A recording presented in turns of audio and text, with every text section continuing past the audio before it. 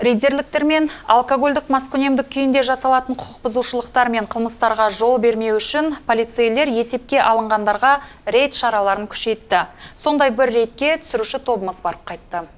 Жұмыссыз, ішетін, полицияда есепке алынғандар. Азаматтардың нақ осы санаты қоғамдық тәртіпті бұзуға, тұрмыстық зорлық көрсетуге, құқық бұзушылықтар мен қылмыс жасауға икемді.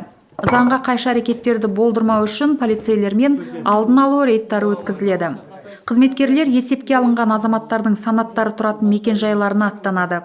Жағдайы төмен отбасылар, қоғамға жат өмір сүретін азаматтар учаскеліктің назарында әркез. Бұл негізгі континент. В отделе полиции города Ридер на постоянно... Ридер қаласының полиция бөлімінде тұрақты негізде тұрмыстық зорлықтың алдын алу, құқық бұзушылықтар мен қылмыстарға жол бермеуге бағытталған алдын алу шаралары өткізіледі.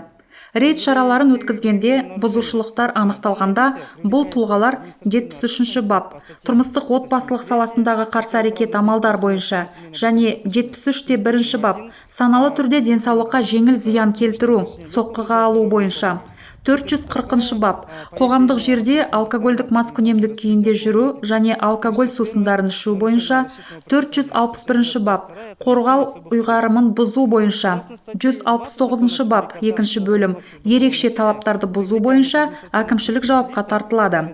Қазақстан Республикасының тұрмыстық зорлықтың алдын алу туралы заңының 20-шы бабына сай әкімшілік жауапқа тартылатын тұлғалар қорғау ұйғарымдары және ерекше талаптар санаттары бойынша есепке алынады.